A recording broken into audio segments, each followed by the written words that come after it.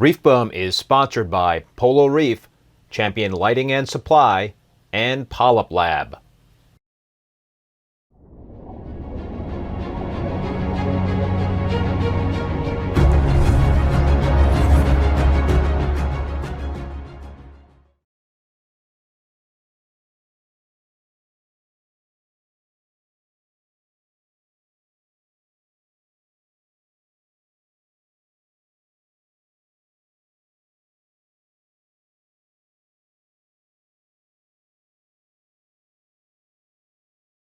Julian, what do you think in terms of the role of reef clubs moving forward? I mean, back when I started in the hobby 25 plus years ago, reef clubs were a very important part of the learning process and also the mentoring process.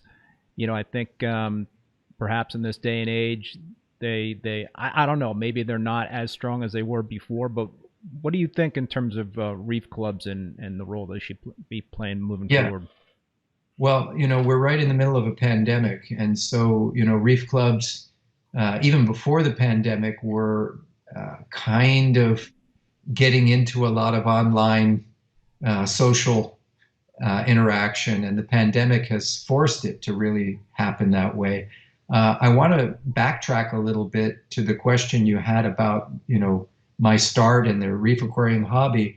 Um, and just mentioned that after my brother introduced me to the hobby, our family joined the Florida Marine Aquarium Society show, or Florida Marine Aquarium Society, and it was at the Florida Marine Aquarium Society show in 1973 that I, just became a total addict because even though it was that long ago, this was a show in the Museum of Science in Miami, and people would bring in their aquariums and they would set up aquariums for a competition.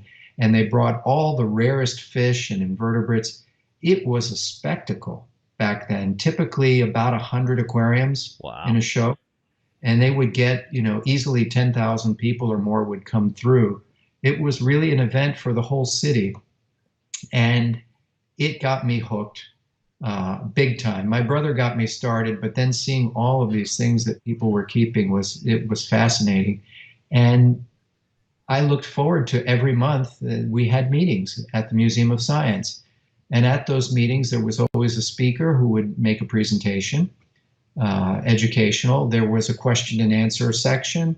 They had a library where you could check out books, and you could interact with everyone. There was a social hour, and just talk about your aquariums. I know a lot of clubs do that still, but it's probably less than it used to be. I think it's very, very helpful, that whole mentoring that happens in these clubs. They're really great. Although what's happened now with different forums online for the clubs, I think it does facilitate an even wider dissemination of information. But I do enjoy the interaction face to face.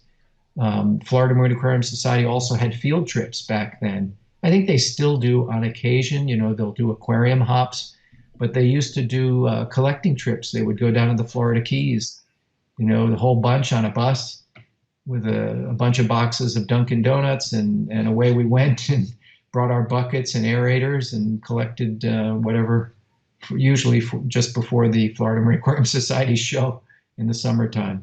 It was great camaraderie, and there's still a few people involved in the club that I know from back then when I was a little kid. Yeah, clubs are a lot of fun, and I had some. I had a club visit my house in Connecticut a number of years ago. They all got on a little, I think, mini bus, and they came up from, might have been Queens in the New York City, outside of New York City, and they just came to check out my tank, and we all sat around the tank and talked reef, and they learned from me, and I learned from them. So it's great to kind of like have the that Yes. one-on-one connection, and hopefully when we get past COVID, that stuff can Yeah. kind of pick back up where it left off, and I look forward to it. I hope so too. I got to add to it that I have done the same sort of thing all over the world. These clubs, of course, exist, in Europe and in Australia, and in South Africa. in the Middle East, and Japan. I've done that very same kind of travel around, visit shops and home aquariums, and sit around, have good food, good wine, and learn things.